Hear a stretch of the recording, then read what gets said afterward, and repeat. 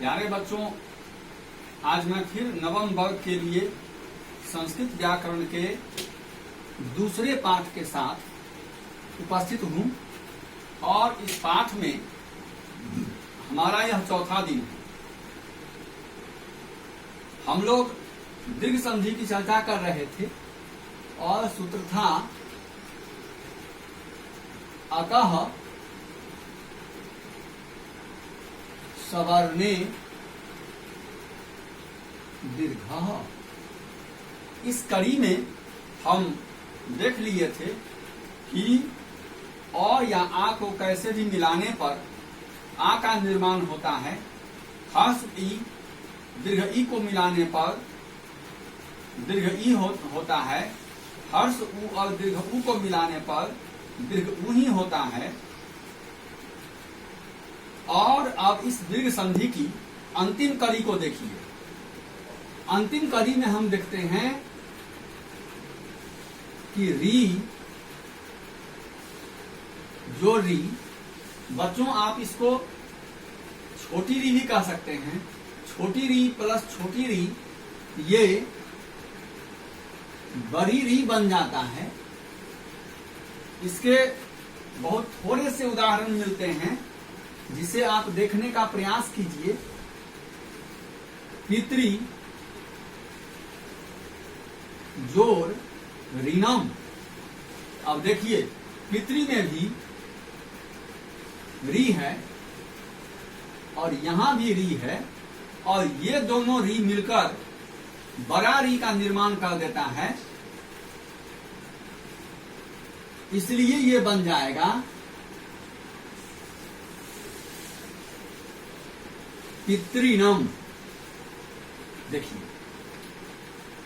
इस प्रकार हमारा दीर्घ संधि संपन्न हुआ।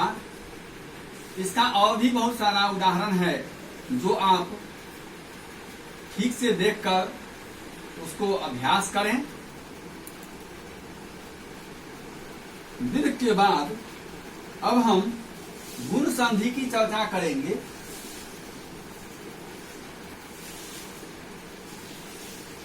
गुण संधि,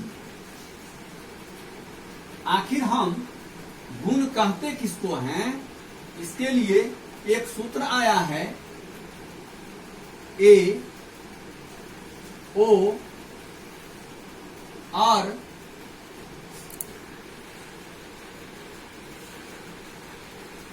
गुण जानिए। इसका मतलब है कि अगर शब्द के बीच में एकार हो या शब्द के बीच में ओकार हो या शब्द के बीच में अर हो तो समझ जाना चाहिए कि यहां गुण संधि हुई है। उदाहरण दे देते हैं, जैसे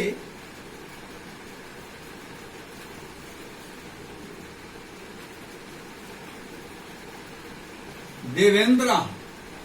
देखिए यहां मैं टिक लगा रहा हूं। देवेंद्र व में एकार है अर्थात यहां गुण संधि है। फिर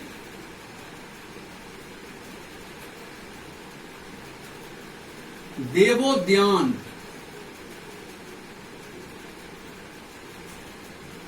देखिए देव जोर उद्यानम अर्थात फिर यहां व में ओकार है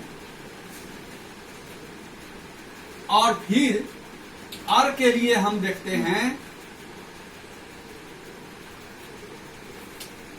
बसंत ऋतु।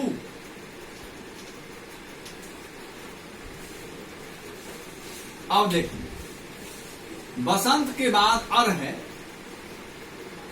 बसंत के बाद है अर, देवोद्यान में ओ है और देवेंद्र में ए है। इस प्रकार स्पष्ट हो गया कि देवेंद्र के बीच में ए, देवोद्यान के बीच में ओ और बसंत ऋतु के बीच में अर है। इस प्रकार ये तीनों गुण संधि के उदाहरण हुए।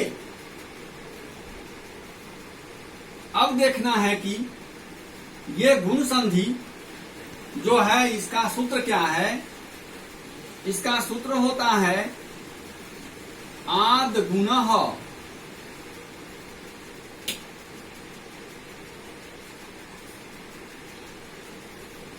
इसको बहुत सारे विद्वान अदेन गुणः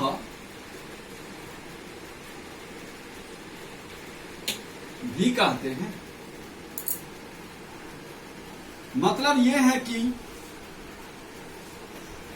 अ या आ के बाद अगर ह्रस्व ई या दीर्घ ई आता है, अ या आ के बाद ह्रस्व ई या दीर्घ ई आने पर ए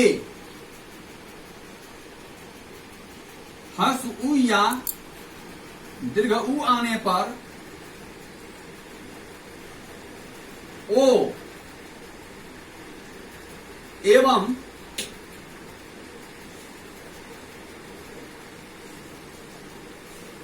री आने पर, री या छोटी री या बड़ी री आने पर आर होता है।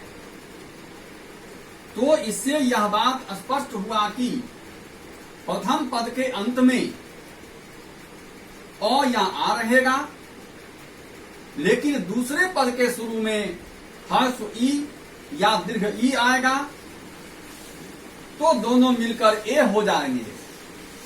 यदि ह्रस्व उ या दीर्घ उ आएगा तो दोनों मिलकर ओ हो जाएगा, और यदि री आता है तो अर हो जाएगा। इसी के हिसाब से आपको यहां मैंने 3 उदाहरण दिया था,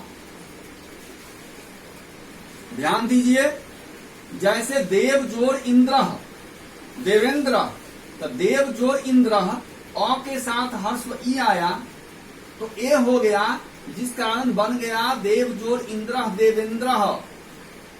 फिर यहां देखिए देवोद्यानम, देव जोर उद्यानम, अ के साथ ऊ लगा तो अ और ऊ मिलकर ओ हो गया, और जिस कारण बन गया देवोद्यानम।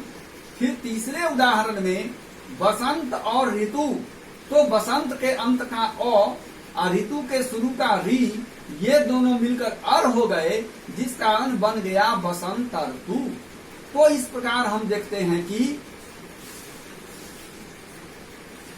ए ओ अर गुण जानिए का अर्थ है कि अ या आ के बाद ह्रस्व ई या दीर्घ ई आने पर ए हो जाता है, ह्रस्व उ या दीर्घ उ आने पर ओ हो जाता है, एवं री या री आने पर अर होता है।